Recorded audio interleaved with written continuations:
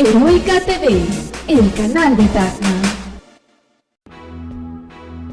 Pater noster, qui sinceri, sanctificetur nomen tuum, adveniat regnum tuum, fiat voluntas. Mis queridos hermanos y hermanas, bienvenido al programa La Palabra del Pastor. Celebramos el tercer domingo de Pascua. Estamos en este espíritu de la alegría que nos da saber que Cristo ha resucitado y que ha comenzado la etapa de la continuidad, la Iglesia. La Iglesia es la continuidad de Jesucristo, es su cuerpo, es la expresión más viva de su amor.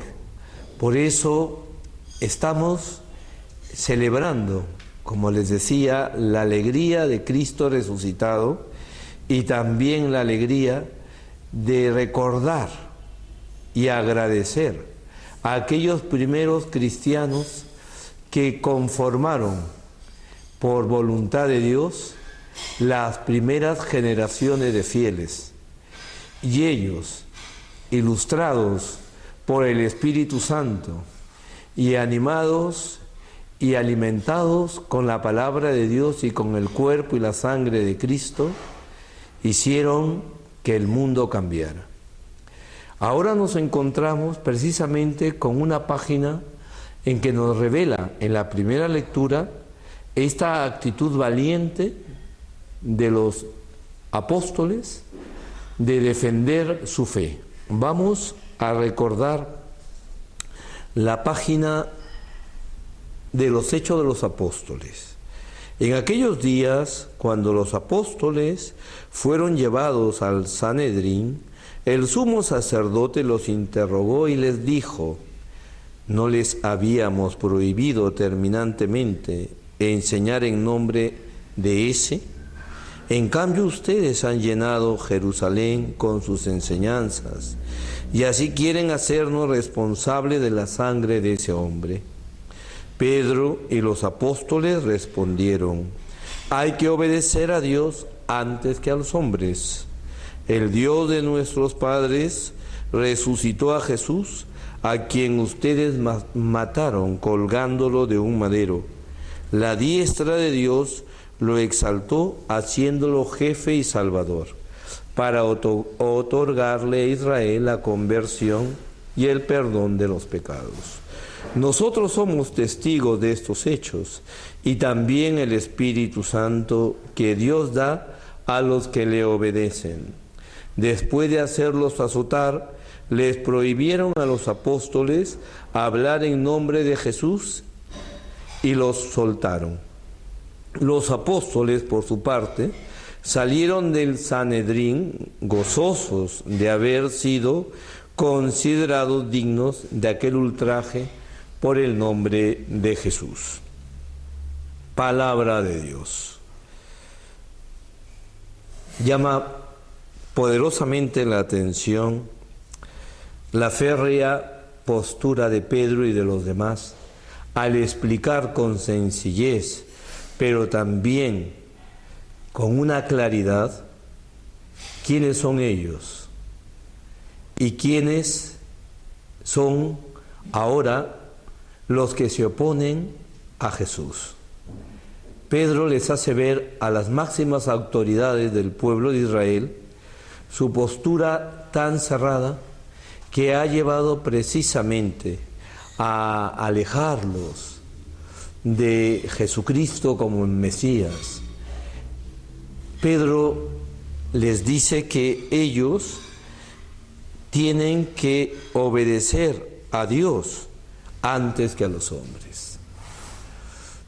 Una respuesta tan acertada como la que da Pedro, que nos deja a nosotros sorprendidos. Conviene obedecer a Dios antes que a los hombres. Y a lo largo de la historia de la iglesia, de esta iglesia considerada como una barca inmersa en las aguas caudalosas de la historia de la humanidad, de sus tendencias, de sus teorías, la iglesia ha tenido que precisamente responder igual que Pedro.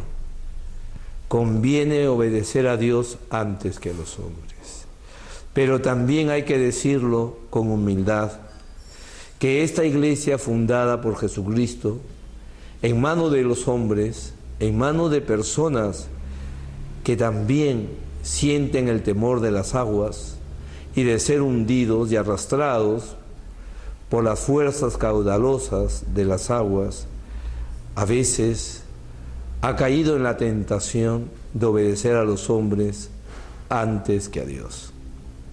Y esto lo podemos también decir de cada uno de nosotros.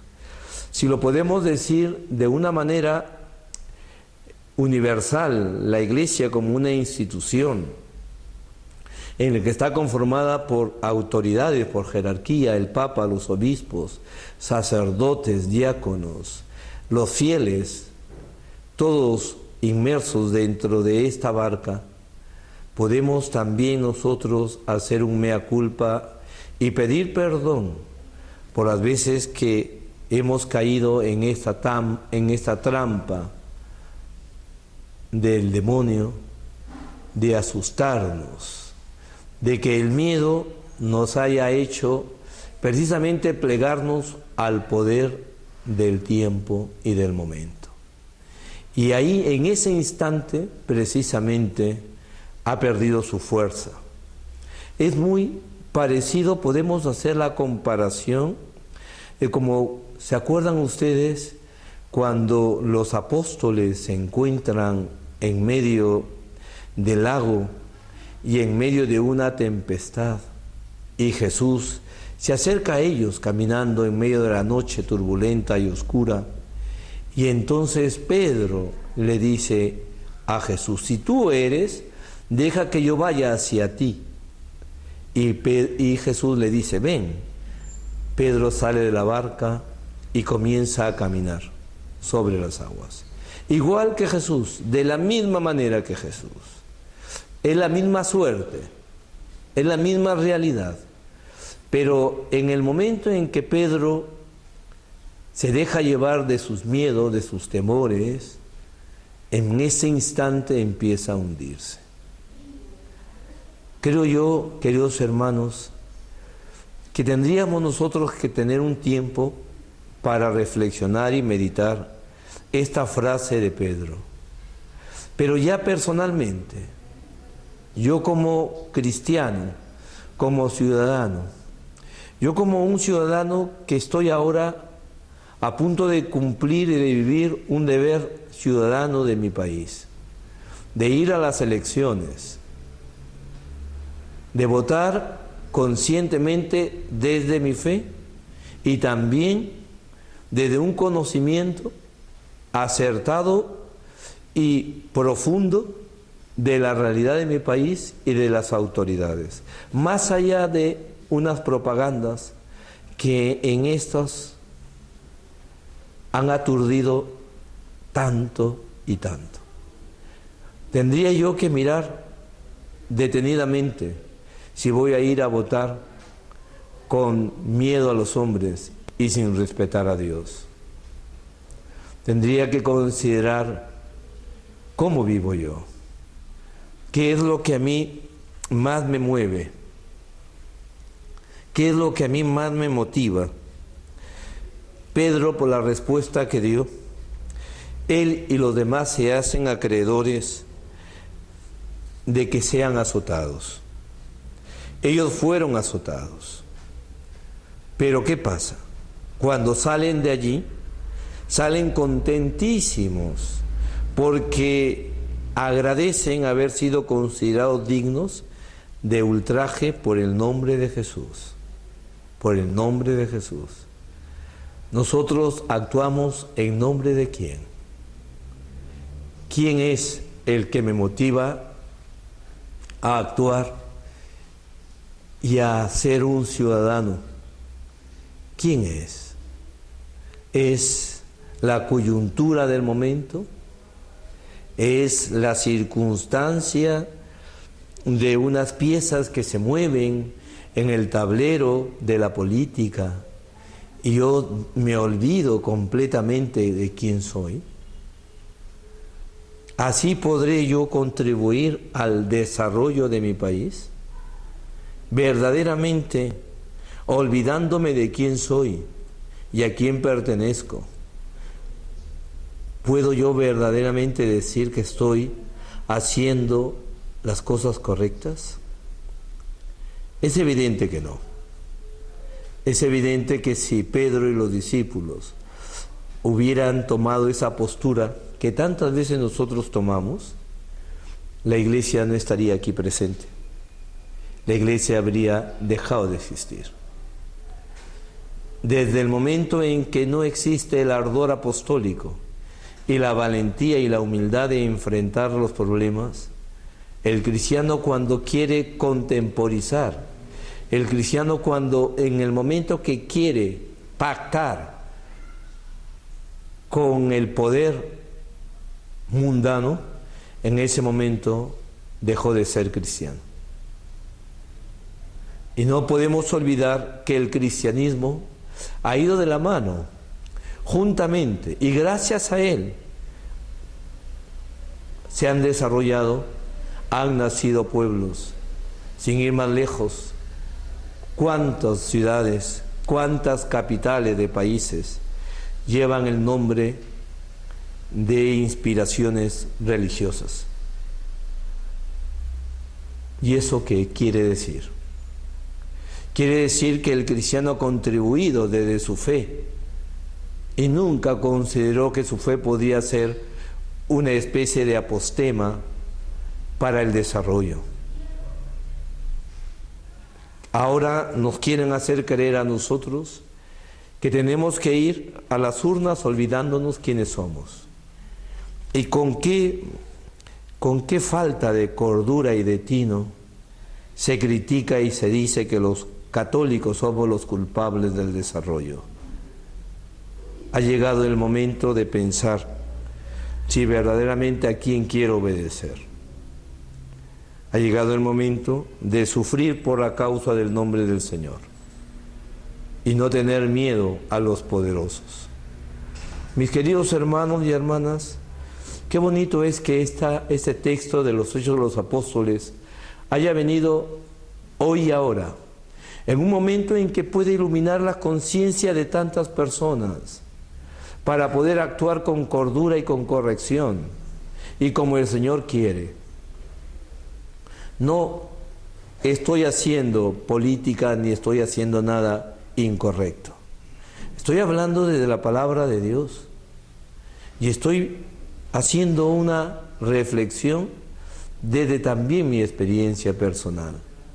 Si yo el día que deje de ser sacerdote, pues pasaría a ser eso, una persona que defrauda. Y no hay que defraudar, hay que vivir con coherencia. Por eso la lectura del Apocalipsis nos habla precisamente de una multitud de ángeles que estaban alrededor del trono de los seres vivientes y de los ancianos. Su número se contaba por miles y millones y exclamaban con voz potente: digno es el Cordero degollado de recibir el poder, la riqueza, la sabiduría, la fuerza, el honor, la gloria y la alabanza. También oía a todas las criaturas que están en el cielo, en la tierra, bajo la tierra, en el mar y todo lo que hay en ellos, que decían: al que está sentado en el trono y al Cordero, la alabanza, el honor, la gloria y el poder por todos los siglos. No nos olvidemos, queridos hermanos, que el mundo ha sido creado por Dios y ha sido dado a los hombres para que lo fructifique, no para que lo deprede, no para que lo saque a Dios de su casa. Somos muchas veces esas personas que nos quedamos con lo ajeno, nos apropiamos de lo que no es nuestro e inventamos nuestras leyes y nuestras normas. Y así queremos creer que nos va a ir mucho mejor, poniendo nosotros, en nombre de una libertad que nadie puede sostener, un concepto de tal naturaleza, de una libertad que ofende, de una supuesta libertad con derechos omnipotentes, como si fueran divinos, para atacar, para matar, para decidir quién viene y quién no viene al mundo, para sacar también del mundo a quien queremos, matando a los ancianos. Todo esto no es otra cosa más que una actitud demencial del hombre que no quiere ver a Dios en su casa. Esta es la gran casa de Dios.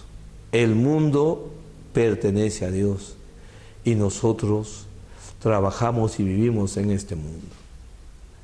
Qué bueno es que consideremos nuestro carácter de instrumentos y no de patrones, y no de personas que podemos hacer como queremos, porque hay como una actitud de un favorecer mi propuesta, mis intenciones, mis cosas personales. Hasta se dice con tanta desvergüenza que el egoísmo es la propuesta más correcta. El egoísmo puede desarrollar y hacer que progrese un pueblo, cuando precisamente lo que ha llevado al progreso de los pueblos ha sido la capacidad de su gente de entrega, de abnegación, de solidaridad, de compromiso comunitario, y no de ser como una especie de francotiradores. No. Ha llegado el momento de poder decir como Pedro en el texto del Evangelio: Señor, tú lo sabes todo, tú sabes que te amo, tú sabes que te quiero. Pero ese querer es el fruto de una experiencia entre luces y sombras. El apóstol llega a esta confesión en esa mañana que ya está clareando, cuando Jesús resucitado ya ha preparado él el pan y un trozo de pescado para que ellos coman. Y entonces se encuentra con su Señor otra vez. Un Pedro que ha tenido que aceptar y reconocer que muchas veces, como nosotros decimos, ha metido la pata.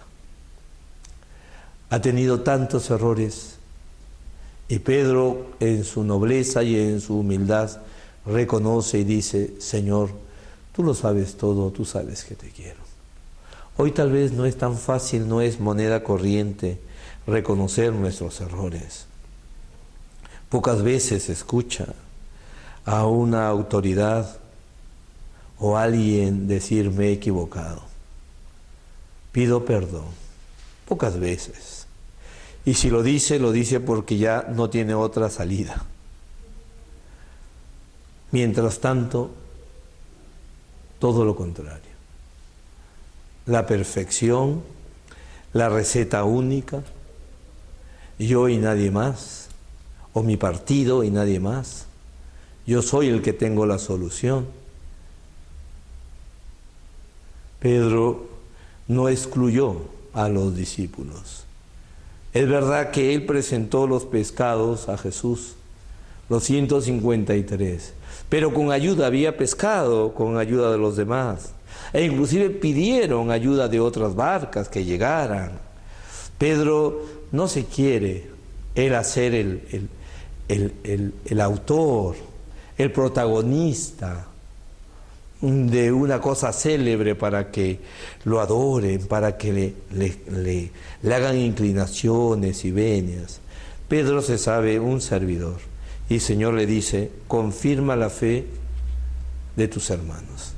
Le da el encargo de confirmar la fe desde su fe, una fe que ha tenido que ser depurada, Una fe que ha tenido que verse contrastada por sus propios pecados y sus propias limitaciones. Una fe puesta no en su capacidad, sino puesta en su Señor. Este es el creyente. Este es el hombre que cree en Dios. Y a partir de ahí se empieza a originar la historia de la iglesia. Con hombres limitadísimos, con mujeres con historias pasadas como los hombres, pero Dios no mira eso, porque Dios es Padre de misericordia. Y entonces la transformación, la verdadera realidad, cuando Jesús le decía a los apóstoles: ustedes son sal del mundo, ustedes son la sal, no se puede tirar a la tierra la sal, ustedes son la luz del mundo, iluminen, iluminar. Qué pena sería que ahora los cristianos no iluminemos, porque no estamos iluminados nosotros, porque no tenemos la luz de Cristo, porque hemos cambiado la luz por la oscuridad, porque no nos interesa ya más defender la enseñanza de nuestro maestro, sino de los maestrillos de turno, que nos vienen a cantar canciones salvadoras y nosotros no lo creemos. Ay de aquellos que cambian a Dios por el diosesillo de turno. Ay de aquellos. Ha llegado el momento de volver de nuevo a centrar la vida y la historia de la humanidad en quien verdaderamente la puede salvar y puede seguir siendo garante de esta humanidad tan controversial, tan paradójica. Busca desesperadamente ser feliz, pero es infeliz. Vamos a poner todas las cosas en manos de nuestro Señor, y que la Pascua nos siga trayendo la alegría y la esperanza serena que las cosas cambiarán en la medida que nosotros nos decidamos cambiar y poner a Dios en el centro de nuestra vida. Les deseo a todos una bonita semana, les deseo a todos un domingo en el Señor, y que el Señor nos conceda la autoridad y las autoridades que rijan nuestro país, y que no se olviden, como decía el Papa Francisco, que verdaderamente les duela su país y los pobres, que no se olviden de los pobres, que es la razón del servicio. Dios los bendiga. La bendición de Dios Todopoderoso, Padre, Hijo y Espíritu Santo, descienda sobre ustedes y permanezca para siempre. Hasta la próxima semana, Dios mediante. Pater noster, qui es in celi, sanctificetur nomen tuum, adveniat regnum tuum, fiat voluntas tua.